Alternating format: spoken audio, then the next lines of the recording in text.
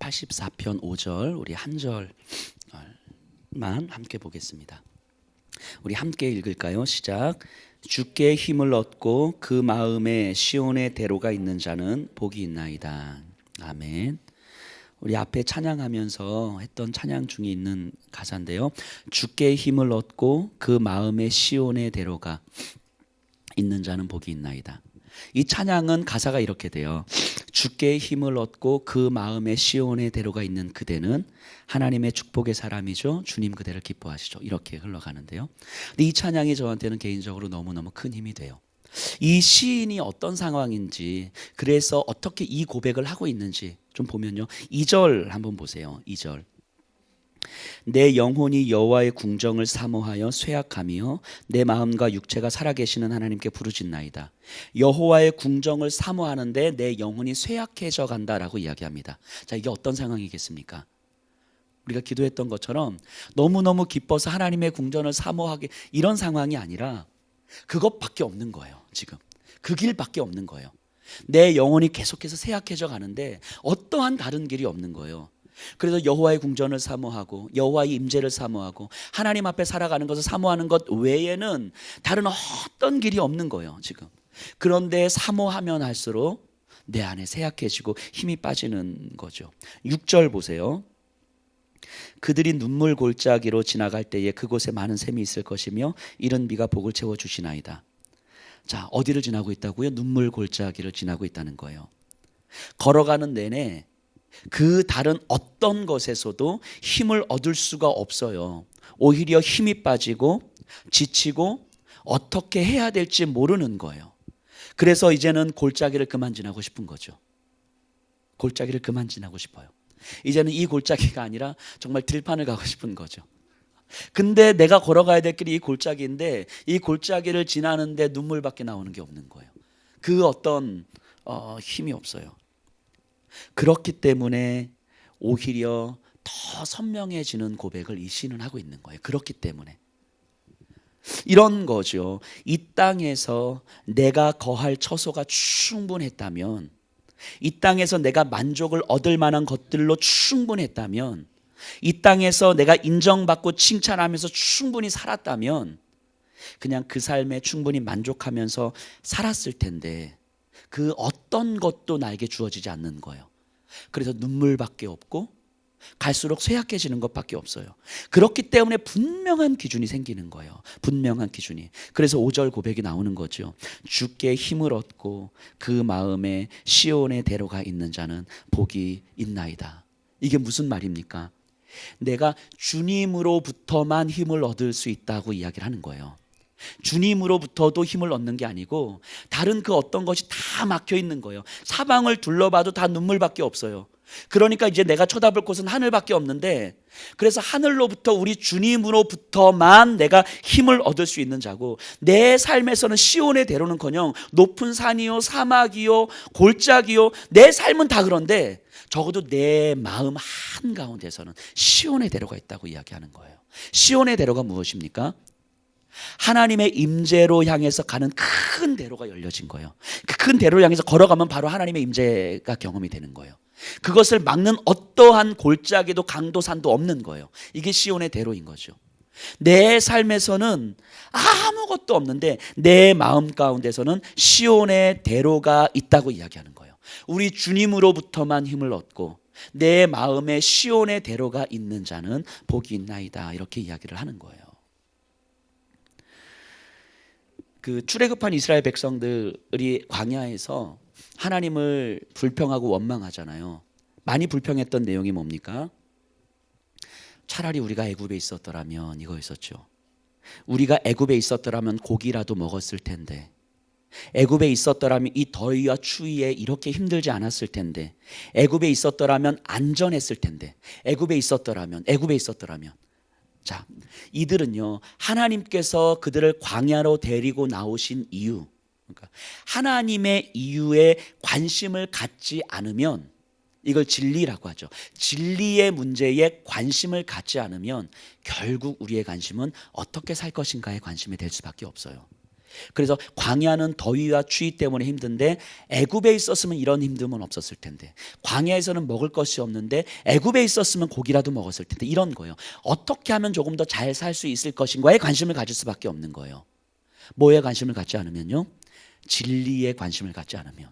이스라엘 백성을 광야로 끌어내신 하나님의 이유에 관심을 가지면 더위든 춥든 먹을 것이 있든 없든 얼마나 더 잘 먹을 것인가가 아니라 하나님께서 우리를 광야로 끌고 오신 이유가 무엇인가를 물으면 되는 건데, 여기에 관심을 쏟지 않으면 조금 더 잘 먹고 싶은 거고 조금 더 잘 살고 싶은 마음에 관심을 쏟을 수밖에 없는 거예요.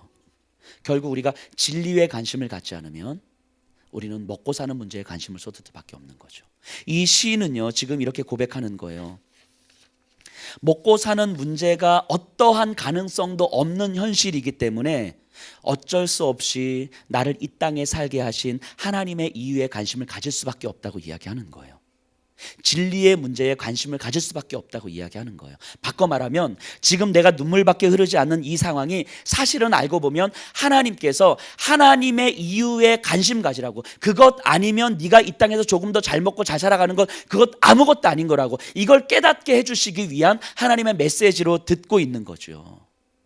지금 이 시인은 그렇게 이야기하고 있는 거예요. 내 영혼이 쇠약해질 수밖에 없는데, 내가 눈물밖에 흐를 것이 없는데, 하나님 사실 내가 이것 때문에 너무너무 힘들어서 하나님을 배교할 뻔도 했고 예수님을 안 믿을 뻔도 했고, 내가 너무 예민해지고 까칠해져서 사람들에게 막 상처 주고 손가락질하고 막 이럴 뻔도 했지만, 사실 돌아보니까 이것이 나의 불평과 원망거리가 아니라 나에게 가장 큰 복을 주시기 위한 하나님의 메시지였습니다. 이렇게 고백하는 거죠. 이 사실을 깨달은 거예요. 이 삶의 진리에 관심을 갖기 시작한 거죠. 그래서 쓰는 시가 시편 84편인 거예요. 10절 보세요. 10절. 주의 궁정에서의 한 날이 다른 곳에서의 첫날보다 나은즉 악인의 장막에 사는 것보다 하나님 성전의 문지기로 사는 것이 좋사오니. 애굽에 있었다라면 고기 조금 더 먹었을 텐데, 그래서 고기 먹고 오늘 하루 더 살아가는 것, 그래서 고기 먹고 일주일 더 살아가는 것보다 고기를 먹지 못하더라도 우리 주님과 동행하는 삶이 훨씬 행복한 삶입니다. 이 고백 지금 하고 있는 거잖아요. 내일 하루 조금 더 안전하게 연명하는 삶을 사는 것보다 오늘 하루 주님께서 나를 이 땅에 허락하신 이유를 묻고 살아가는 것이 나에게 훨씬 더 행복한 일입니다. 이 고백을 지금 시인은 하고 있는 거잖아요. 행복한 상황과 풍성한 상황에 사는 것이 아니라 아무것도 없는 상황 속에서 이 고백을 하는 거죠. 근데 이것이 우리 신자들에게 주신 너무너무 큰, 신자들에게만 주신 하나님의 은혜 아닙니까? 하나님의 은혜. 이 은혜를 누리고자 우리가 이 땅을 살아가는 거 아니겠습니까? 오늘 하루 살아오신 이유가 이 은혜 누리고자 살아오신 것 아닙니까? 이번 한 주간 살아오신 이유가 다음 주간 조금 더 잘 먹고 잘 살기 위해서 이번 한 주간 사신 것이 아니고, 이번 한 주간에 어떻게 주의 궁전에서의 그 한 날을 사는 삶을 살 것인가. 악인의 궁전에서 첫날을 사는 것보다 주님의 궁전에서 한 날을 사는 것이 나에게 훨씬 더 행복합니다.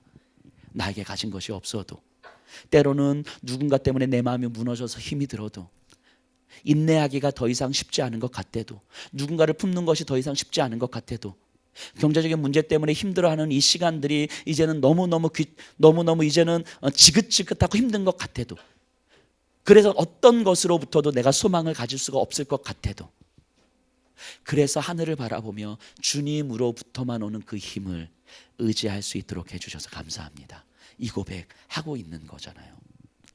그래서 이 84편으로 만든 이 찬양이 그래도 참 저에게는 감격이 되는 거예요. 그 주께 힘을 얻고 그 마음에 시온의 대로가 있는 그대는, 여기 계신 분들이 그렇다라고 이야기를 하고 있는 거잖아요. 여기 있는 한 분 한 분이 그런 분들이라고 이야기하고 있는 거잖아요. 그래서 뭐라고 고백합니까?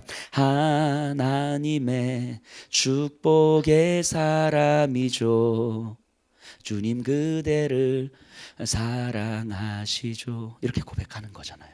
여기 있는 분들이 그런 분들이라고 이야기하는 거잖아요. 묵상하면서 이런 생각이 들었어요.